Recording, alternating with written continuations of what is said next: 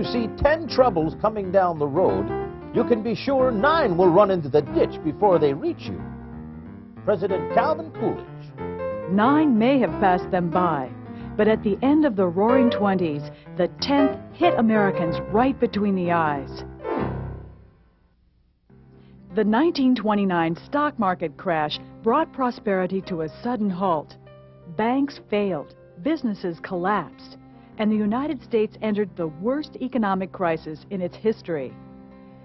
By 1932, 1/4 of the nation's workforce was out of work.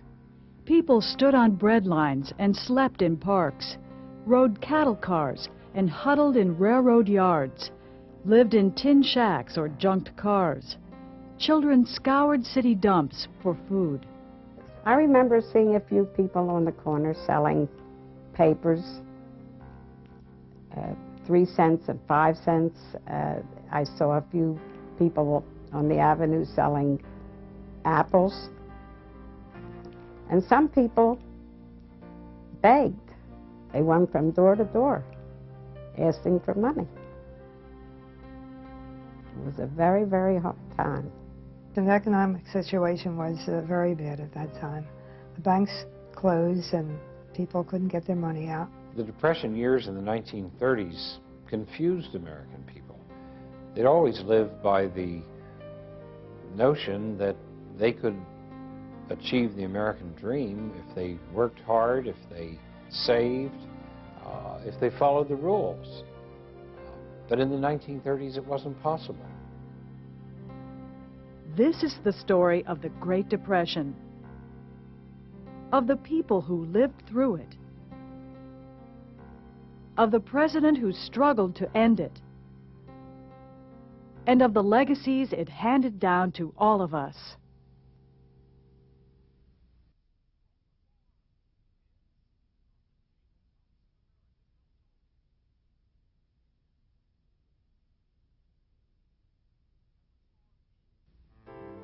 President Calvin Coolidge had a simple philosophy about government: do nothing, or failing that, do very little. 4/5 of all our troubles would disappear if we would sit down and keep still. Coolidge could afford to follow that advice, for in the 1920s, the United States enjoyed the greatest economic boom that the world had ever seen. In a single decade, industrial production almost doubled. Wages rose and work hours went down, so many Americans had more money and time to snap up new consumer products like automobiles and radios. The business of the American people is business. And the president made it his business to unleash the free market. With the help of his Secretary of the Treasury, Andrew Mellon, Coolidge slashed corporate and personal taxes, allowing the rich to increase their share of national wealth. By 1929, 5% of American families controlled 30% of the nation's income.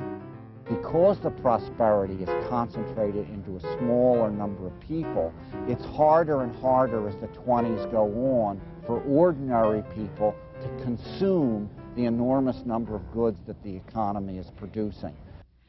As inventories piled up and manufacturers cut back on production, corporations and individual investors plowed their money into the stock market.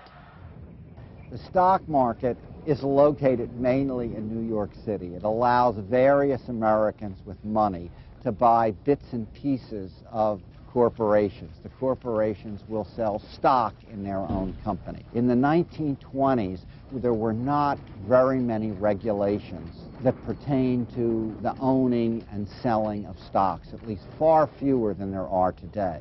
And one of the main things that happened was that people were allowed to buy stocks on what was called on the margin. That is, they didn't need a great deal of money to purchase stock.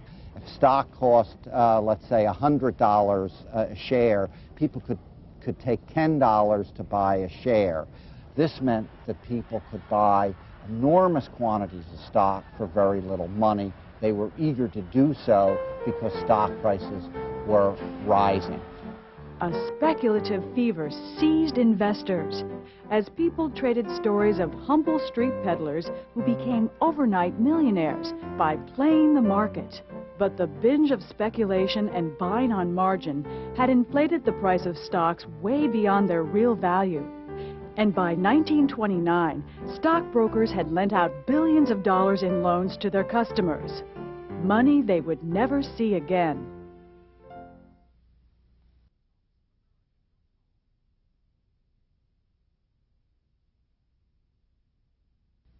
The whole system began to collapse on October 29, 1929.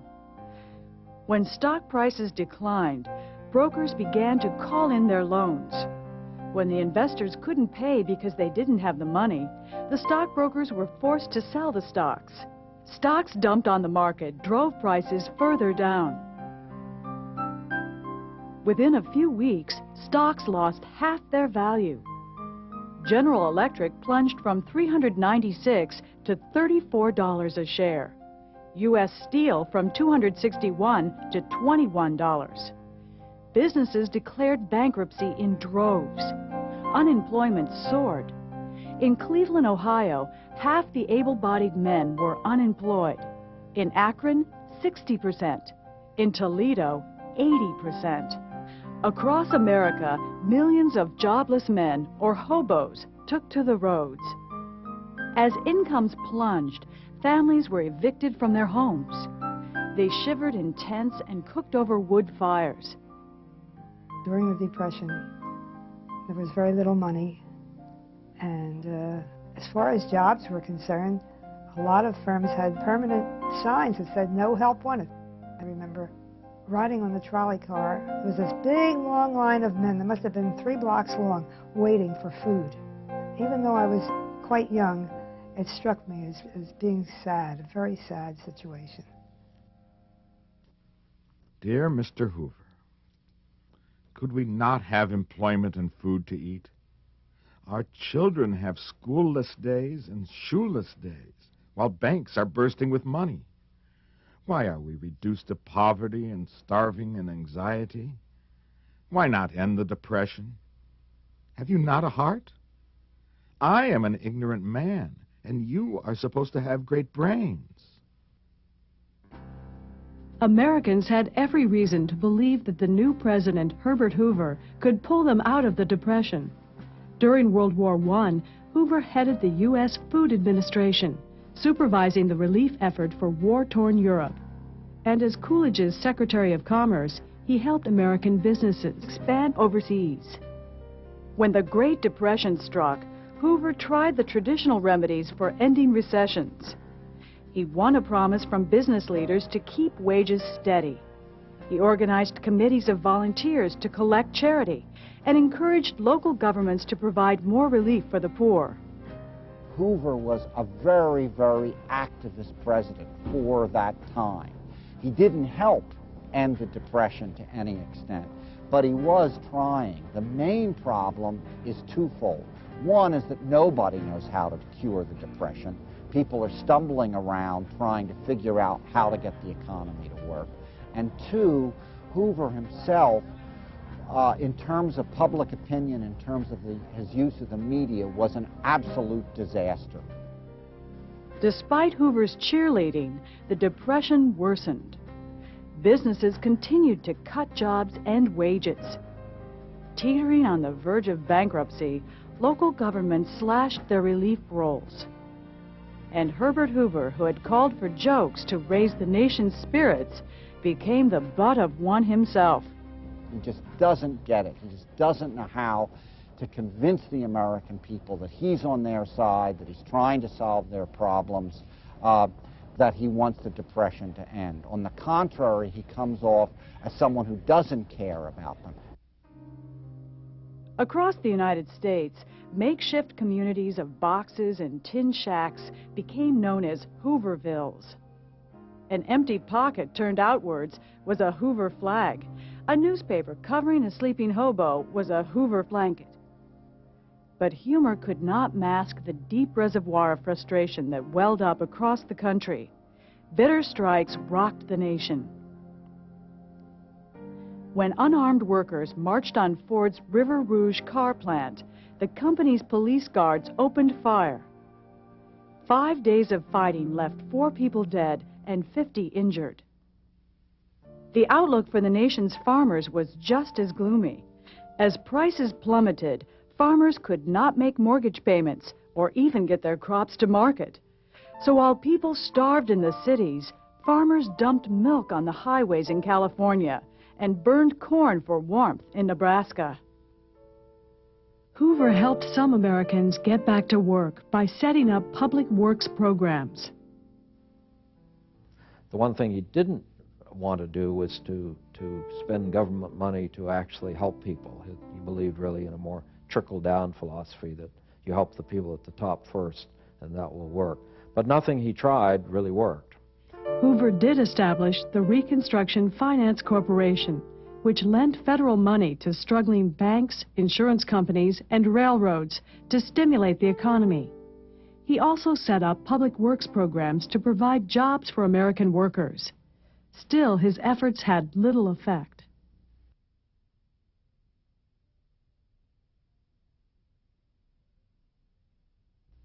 This is a day of national consecration, and I am certain that on this day my fellow Americans expect that on my induction into the presidency I will address them with a candor and a decision which the present situation of our people impels. This is preeminently the time to speak the truth. This great nation will endure as it has endured, will revive and will prosper. Our greatest primary task is to put people to work. This nation is asking for action, and action now. The main difference between Hoover and Roosevelt is that Roosevelt has a terrific radio personality, a terrific way of getting himself across to the people. He acts in such a way that people believe that he's on their side, and that transforms their sense of what the Depression is about. Hoover never had a chance in 1932. His Democratic Party opponent, New York Governor Franklin Delano Roosevelt, swept the presidential election, winning all but 6 states. Roosevelt immediately embarked on the famous 100 Days, a feverish flurry of legislation that formed the core of his first New Deal. Roosevelt had no great theory about how to get out of the Depression. He often likened himself to a football quarterback who tried one play. If it didn't work, he tried another play. Because the nation was scared to death and there was a cooperative Congress, almost everything that he suggested was passed quickly by Congress. The first problem that new president faced was a banking crisis. Bank reserves were so depleted that Americans used Canadian dollars in Michigan and Mexican pesos in California. Atlanta and Richmond printed their own currency. So in his first act as president, Roosevelt finished closing the nation's banks, most of which had already shut their doors, and pushed through laws to increase government control of the nation's financial system. When banks reopened after an 8-day holiday, more people deposited money than withdrew it. Roosevelt was already well on his way to reviving Americans' flagging faith in themselves. But Roosevelt realized that the revival would require more than speeches and publicity. Economic recovery would take new federal laws and agencies. So Franklin Roosevelt coupled Hoover's techniques of morale building with an unprecedented buildup of the federal government. The first task was to repair the country's broken industries. In the 3 short years following the stock market crash, the nation's volume of production had been cut in half. Nearly 80% of its automobile factories and 90% of its steel mills stood idle. Roosevelt's answer was the National Industrial Recovery Act. The act allowed the federal government to negotiate agreements that regulated production, prices, and wages in each industry. The goal was to end price cutting and worker layoffs. Roosevelt's other great problem was the failing American farm. Farmers were producing so much that agricultural prices went into a tailspin.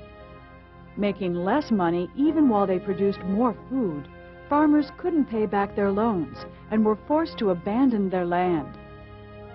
Storms and droughts ravaged the Great Plains, transforming 150,000 square miles from the Oklahoma Panhandle to western Kansas into a gigantic dust bowl.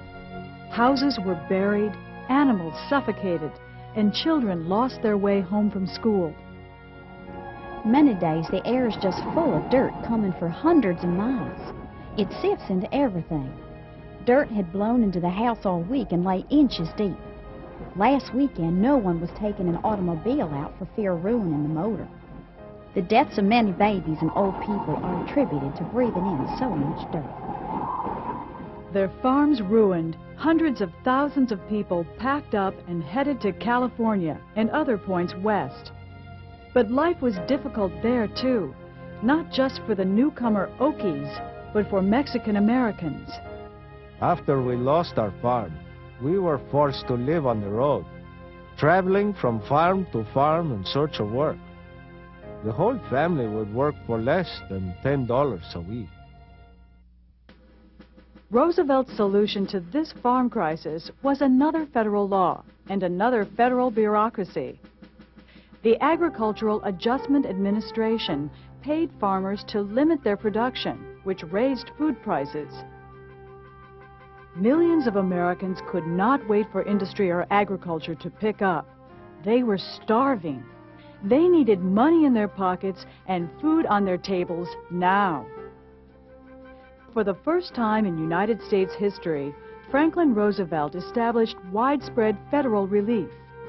The Federal Emergency Relief Act gave federal money to state and local agencies to distribute to the unemployed. Within 30 days, the Civil Works Administration put 2.5 million people to work, building roads, bridges, and schools. The Civilian Conservation Corps sent 500,000 young men to the countryside to clear hiking trails, plant trees, and drain swamps. Later, other alphabet soup agencies, like the Works Progress Administration, would employ millions more, doing everything from building courthouses to writing books. Roosevelt and his advisors favored these work projects over direct cash relief, even though they were far more expensive. Give a man a dole, and you save his body and destroy his spirit. Give him a job and pay him an assured wage, and you save both the body and the spirit. Harry Hopkins, Director, Works Projects Administration.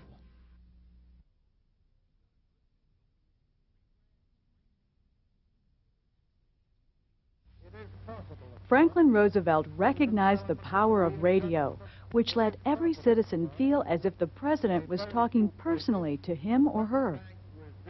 At a time of sharp social tensions and divisions, these fireside chats made Americans feel like they were part of a larger, more unified whole. With the cooperation of various city departments and under the sponsorship of the Crime Prevention Bureau of the Police Department, a number of city streets have been set aside for the use of the children of New York. Safe from the perils of crowded traffic thoroughfares, the youngsters are watchfully supervised by trained instructors removed from relief roles. Images of these New Deal projects appeared in magazines and newsreels, allowing Americans to experience faraway tragedies and triumphs.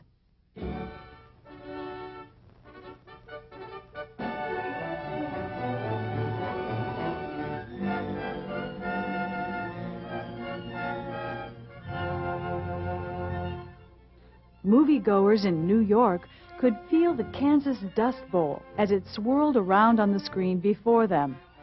They could watch workers in Oregon busily building a huge new dam. And they could visit a Civilian Conservation Corps camp in Vermont, if only for a few flickering frames.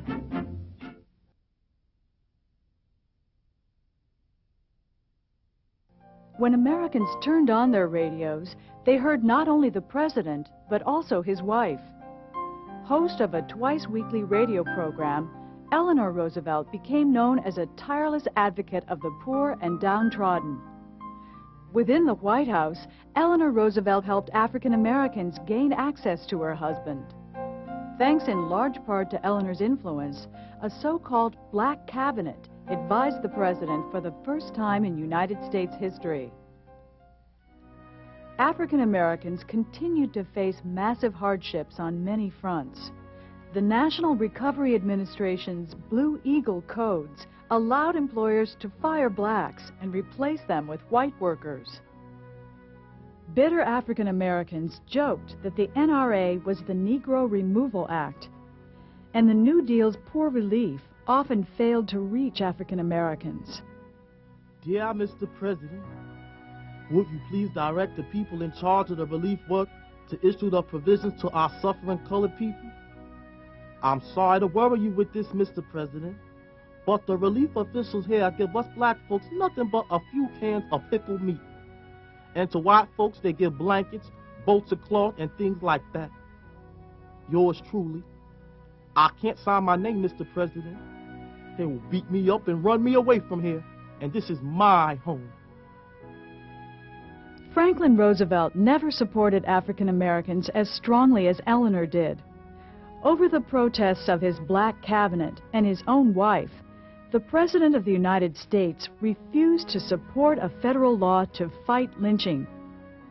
Since Southerners occupied strategic places on most of the Senate and House committees, Roosevelt believed that introducing an anti-lynching bill would cause the Southerners to block every bill he had asked Congress to pass. He would not take the risk.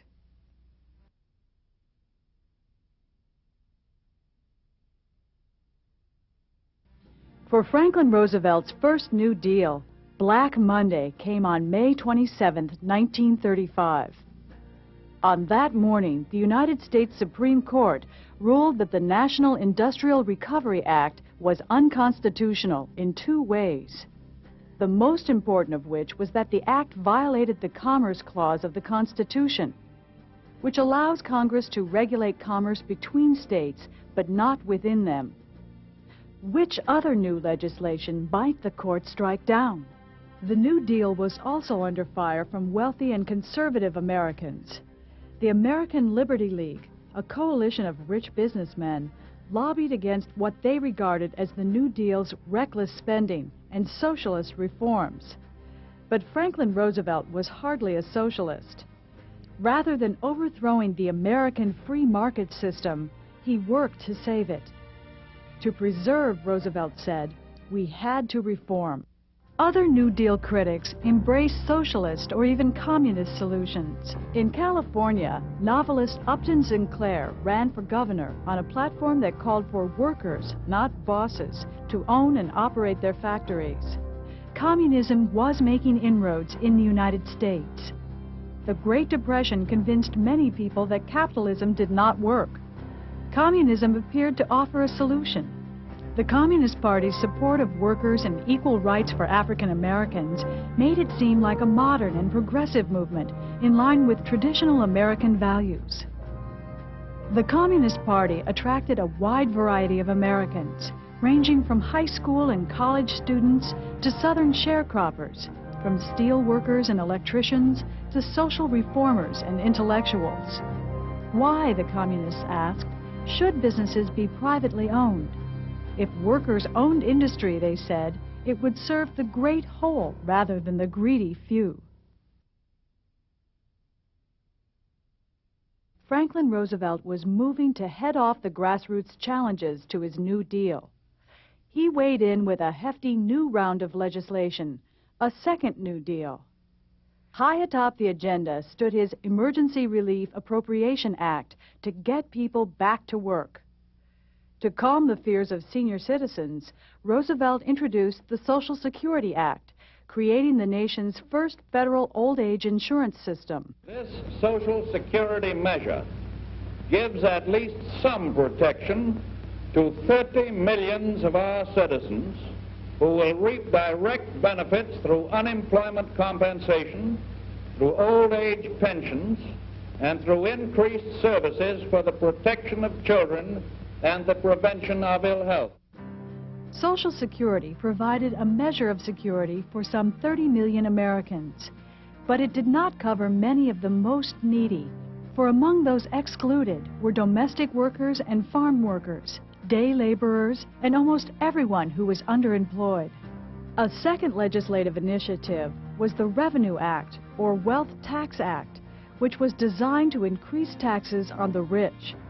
And in an appeal to workers, Roosevelt supported the Wagner Act, which required companies to bargain with any union that its workers chose. No longer could a company fire an employee just for joining a union. For the first time, the federal government would protect the rights of workers. After passage of the Wagner Act, union membership grew from 3 million to 9 million in the 1930s.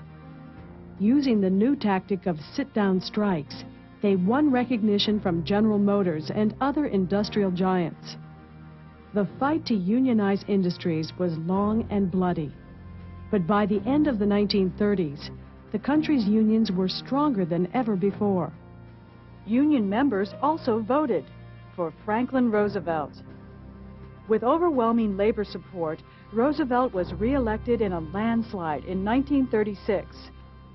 After Roosevelt's re-election, only the Supreme Court remained a thorn in Roosevelt's side. Earlier in 1936, it wiped out another jewel of the first New Deal, the Agricultural Adjustment Act. Now it threatened to strike down the second New Deal, too, especially the Social Security Act and the Wagner Act. So Franklin Roosevelt decided to strike first. In 1937, Roosevelt proposed a new federal law that would allow him to select up to 6 judges, increasing the size of the Supreme Court to 15. That way, he could ensure that a majority of justices would uphold his New Deal. But the plan backfired. Americans condemned the idea of overturning a constitutional tradition like the 9-man court. Critics compared Roosevelt to Hitler and Mussolini, who were busily destroying their own national constitutions.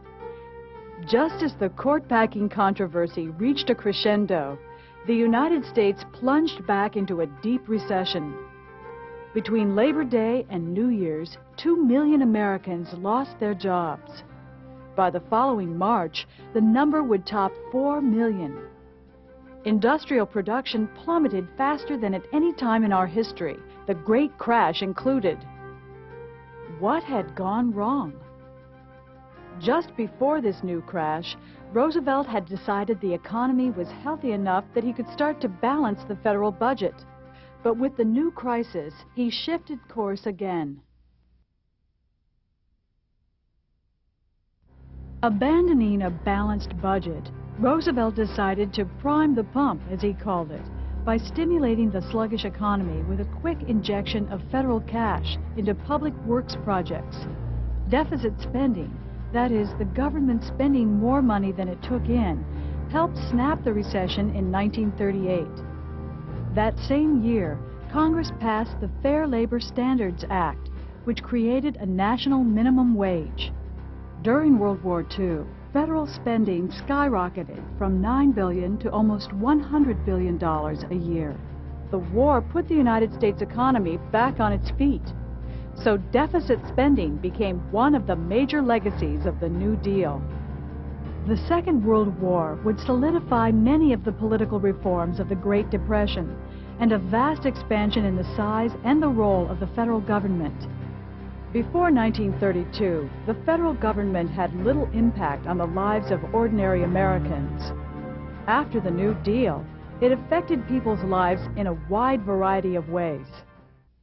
While economic crises in Europe gave rise to dictators like Adolf Hitler in Germany and Benito Mussolini in Italy, in the United States, the Great Depression strengthened democracy and drew more people into political action. In World War II, democracy and fascism would clash in a deadly struggle that would engulf the world.